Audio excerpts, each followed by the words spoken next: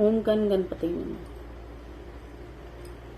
आज हम गणेश पुराण का पहला अध्याय पढ़ने जा रहे हैं। उसके पहले हम श्री गणेशाष्टकम का पाठ करेंगे और मैं हिंदी में संवाद को करूंगी। जो भी मैं अध्याय पढ़ूंगी वो भी हिंदी में ही होगा और गणेशाष्टकम जो हम पढ़ने जा रहे हैं वो भी हिंदी में ही मैं पढ़ूंगी ताकि सभी के अच्छे से समझ में आए और हम उसका मतलब समझते हुए सब साथ में उसका पाठ कर सकें। जिन अनंत शक्ति वाले परमेश्वर से अनंत जीव प्रकट हुए हैं, जिन निर्गुण परमात्मा से अप्रमेय गुणों की उत्पत्ति हुई है, सात्विक, राजस और तामस, इन तीन भेदों वाला यह संपूर्ण जगत जिससे प्रकट एवं भाषित हो रहा है, उन गणेश का हम सदा ही नमन एवं भजन करते हैं। जिनसे इस समस्त जगत का प्रादुर्भाव हुआ है, जिनसे कमलासन ब्रह्मा, विश्वव्यापी विश्व रक्षक विष्णु, इंद्र आदि देव समुदाय और मनुष्य प्रकट हुए हैं, उन गणेश का हम सदा ही नमन एवं भजन करते हैं। जिनसे अग्नि और सूर्य का प्राकट्य हुआ, पृथ्वी, जल, समुद्र, चंद्रमा, आकाश और वायु का प्रादुर्भाव हुआ तथा जिनसे स्थावर, जंगम और वृक्ष समूह उत्पन्न हुए हैं, उन गणेश का हम सदा ही नमन एवं भजन करते हैं। जिनसे दानव, किन्नर और यक्ष समूह प्रकट हुए, जिनसे हाथी और हिंसक जीव उत्पन्न हुए तथा जिनसे पक्षियों, कीटों और लता बेलों का प्रादुर्भाव हुआ, उन गणेश का हम सदा ही नमन एवं भजन करते हैं।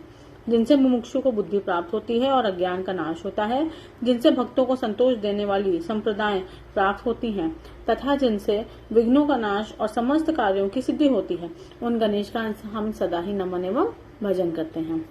जिनसे पुत्र संपत्ति सुलभ होती है, जिनसे मनोवांछित अर्थ सिद्ध होता है, जिनसे अभक्तों को अनेक प्रकार के विघ्न प्राप्त होते हैं तथा जिनसे शोक, मोह और काम प्राप्त होते हैं, उन गणेश का हम सदा ही नमन एवं भजन करते हैं। जिनसे अनंत शक्ति संपन्न सुप्रसिद्ध शेषनाग प्रकट हुए, जो इस पृथ्वी को धारण करने एवं अनेक रूप ग्रहण करने में समर्थ हैं, जिनसे अनेक प्रकार के अनेक वेदवाणी कुंठित हैं, अनेक स्वर्ग लोग प्रकट हुए हैं, उन गणेश का हम सदा ही नमन एवं भजन करते हैं। जिनके विषय में वेदवाणी कुंठित है, जहाँ मन की भी पहुंच नहीं है तथा श्रुति सदा सावधान रहकर नेति नेति इन शब्दों द्वारा जिनका वर्णन करती है, उन सच्चिदानंद स्वरूप परब्रह्म का हम सदा ही नमन एवं भजन करते हैं। श्री गणेश जी बोले, जो मनुष्य 3 दिनों तक तीनों संध्याओं के समय इस स्तोत्र का पाठ करेगा, उसके सारे कार्य सिद्ध हो जाएंगे। जो 8 दिनों तक इन 8 श्लोकों का एक बार पाठ करेगा और चतुर्थी तिथि को 8 बार इस स्तोत्र को पढ़ेगा, वह 8 सिद्धियों को प्राप्त कर लेगा। जो 1 मास तक प्रतिदिन 10-10 बार इस स्तोत्र का पाठ करेगा, वह कारागार में बंधे हुए राजा के द्वारा दंड पाने वाले कैदी को भी छुड़ा लेगा, इसमें संशय नहीं है। इस स्तोत्र का 21 बार पाठ करने से विद्यार्थी विद्या को, पुत्रार्थी पुत्र को तथा कामार्थी समस्त मनोवांछित कामनाओं को प्राप्त कर लेता है। जो मनुष्य पराभक्ति से इस स्तोत्र का जप करता है, वह गजानन का परम भक्त हो जाता है। ऐसा कहकर भगवान गणेश वहीं अंतर ध्यान हो गए। इस प्रकार श्री गणेश पुराण में श्री गणेशाष्टक संपूर्ण हुआ। ओम गण गणपति नमः।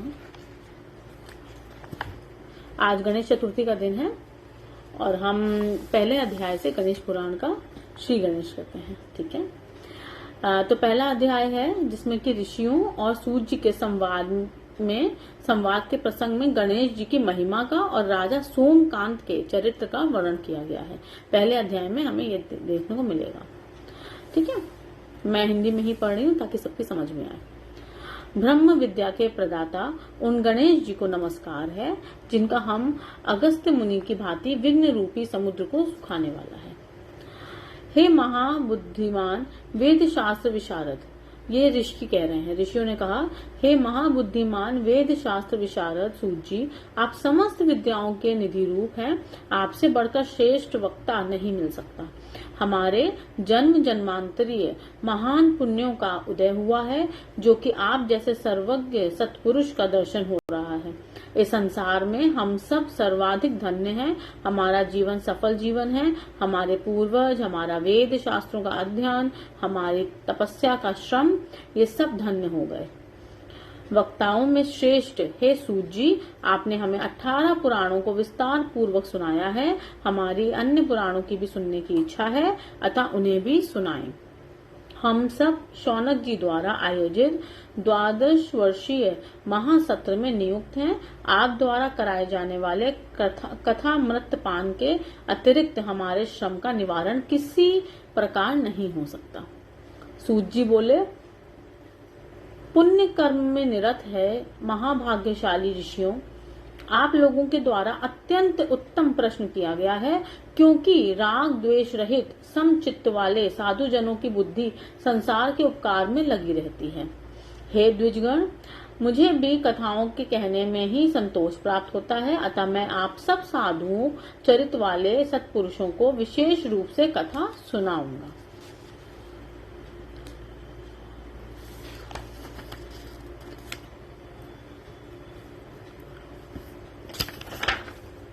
अष्टादश महापुराणों, जिनकी कथा मैं सुना चुका हूँ, के अतिरिक्त गणेश, नारदीय, नरसिंह आदि वैसे ही अन्य 18 उप पुराण भी हैं।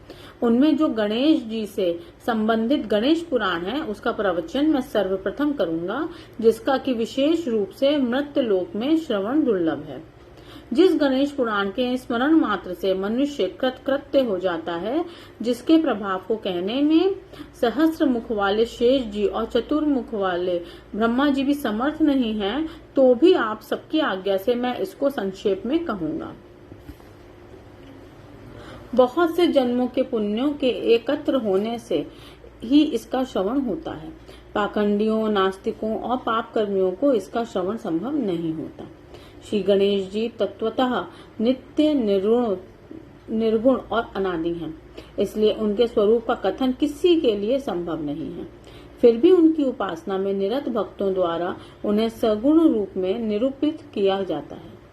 ओंकार रूपी जो भगवान गणेश वेदों में सर्वप्रथम प्रतिष्ठित हैं, मुनिगण तथा इंद्रादि देवगण जिनका हृदय में सदा स्मरण करते रहते हैं, ब्रह्मा, ईशान, इंद्र और विष्णु, ईशान मतलब शिव, जिनका सतत पूजन करते हैं, जो समस्त जगतों के हेतु और संपूर्ण कारणों के भी कारण हैं, जिनकी आज्ञा से ब्रह्मा जी विश्व का सृजन करते हैं, जिनकी आज्ञा से विष्णु पालन करते हैं, जिनकी आज्ञा से भगवान शंकर संहार करते हैं, जिनकी आज्ञा से सूर्य संचरण भ्रमण करते हैं, संचरण मतलब भ्रमण, जिनकी आज्ञा से पवन देव प्रवहमान होते हैं, जिनकी आज्ञा से जल सभी दिशाओं में प्रवाहित होता है, जिनकी आज्ञा से ग्रह नक्षत्र उल्का पिंड पृथ्वी पर गिर पड़ते हैं, जिनकी आज्ञा से तीनों लोकों में अग्नि प्रज्वलित होती है, उन भगवान गणेश का जो गुप्त चरित्र है, जिसे किसी के समक्ष प्रकट नहीं किया गया है, उसे मैं आप सबसे कहता हूँ। हे द्विजगण, आप लोग आदर पूर्वक उसे सुने। इस पूर्व काल में ब्रह्मा जी ने अमित तेजस्वी व्यास जी से कहा था। उन्होंने इसे भृगु जी से और भृगु जी ने इसे राजा सोमकांत से कहा था, जिन्होंने करोड़ों व्रतों, यज्ञों, तपस्याओं, दानों और तीर्थ सेवन द्वारा पुण्य अर्जित किया है। हे श्रेष्ठ द्विजगणों, उन्हीं की बुद्धि इस गणेश संज्ञक पुराण के श्रवण में प्रवृत्त होती है, जिनका मन स्त्री, पुत्र, भूमि आदि सांसारिक माया जाल में आसक्त नहीं होता। हे श्रेष्ठ मुनिगण, भगवान मयूरेश यानी गणेश जी की कथा वे ही सादर श्रवण करते हैं। अब आप लोग सोमकांत के आख्यान के माध्यम से इसकी यानी गणेश पुराण की महिमा का श्रवण करें। सौराष्ट्र देश में स्थित देवनगर में सोमकांत नाम का एक राजा हुआ, जो वेद और शास्त्र के तत्वों को जानने वाला तथा धर्म शास्त्र के प्रयोजन भूत विहित कर्मानुष्ठान में रत रहने वाला था। जब वह प्रस्थान करता तो 10 सहस्त्र गजारोही उसके दुगने अर्थात 20 सहस्त्र अश्वारोही और 6000 रथारोही उसका अनुगमन करते थे। साथ ही असंख्य पैदल सैनिक, आग्नेयास्त्रधारी तथा 2 तरकस धारण करने वाले धनुर्धारी भी उसके साथ होते थे। उसने बुद्धि से बृहस्पति को, धन संपत्ति से कुबेर को, क्षमा से पृथ्वी को और गांभीर्य से महासागर को जीत लिया था। उस राजा ने अपनी प्रकाशमय आभा से सूर्य और कांति से चंद्रमा को, प्रताप से अग्नि को और सौंदर्य से कामदेव को जीत लिया था। उसके 5 मंत्री थे, जो प्रबल, शक्तिशाली, दृढ़, पराक्रमी, नीति शास्त्र के तत्वार्थ को जानने वाले और शत्रु राष्ट्र का ध्वंस करने वाले थे। उनमें से प्रथम का नाम रूपवान, दूसरे का विद्याधीश, तीसरे का क्षेमंकर, चौथा ज्ञानगम्य और 5वां सुबल नाम वाला था।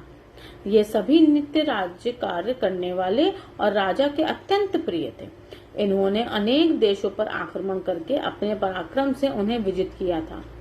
वे सभी अत्यंत सुंदर थे तथा अनेक प्रकार के आभूषणों और वस्त्रों से अलंकृत रहते थे। उस राजा की सुधर्मा नामक गुणशाली पत्नी थी, जिसके रूप को देखकर कामदेव की पत्नी रति तथा रंभा और तिलोत्तमा, तिलोत्तमा कौन थी? स्वर्गलोक की अप्सराएं, अप्सरा का नाम था तिलोत्तमा, भी लज्जित हो जाती थी। वे ना कहीं सुख पाती थी, ना कहीं सुख मानती थी। वे अपने कानों में अनेक रत्नों से जड़ित और स्वर्ण निर्मित सुंदर कर्णफूल, कंठ में सोने का हार तथा मोतियों की माला, कटी प्रदेश में रत्नमयी करधनी, पैरों में वैसे ही नुपुर तथा हाथों और पैरों की अंगुलियों में उत्तम प्रकार की अंगूठियां एवं अनेक रंगों के सहस्त्रों बहुमूल्य वस्त्र धारण करती थी। वह भगवत जन दान एवं अतिथि सत्कार में लगी रहती थी तथा पति सेवा और उनके वचनों के पालन में सदा सनद्ध रहती थी। इन दंपति के एक हेमकंठ नाम वाला शुभ लक्षणों से युक्त पुत्र हुआ, जो 10,000 हाथियों के समान बलशाली, बुद्धिमान, पराक्रमी और शत्रुओं का संताप देने वाला था। हे श्रेष्ठ द्विजगण, इस प्रकार सोमकांत पृथ्वी का एक श्रेष्ठ राजा हुआ। उसने संपूर्ण राजाओं को अपने वश में करके इस पृथ्वी पर राज्य किया। वह नित्य धर्म में रत रहने वाला, यज्ञ करता, दानी और त्यागी था।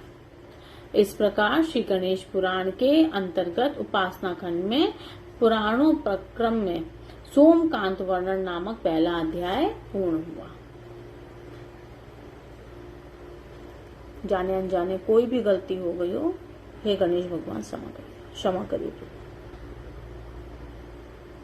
ओम गंग गणपति नमः। ओम गंग गणपति नमः। हरे कृष्णा। राधे राधे।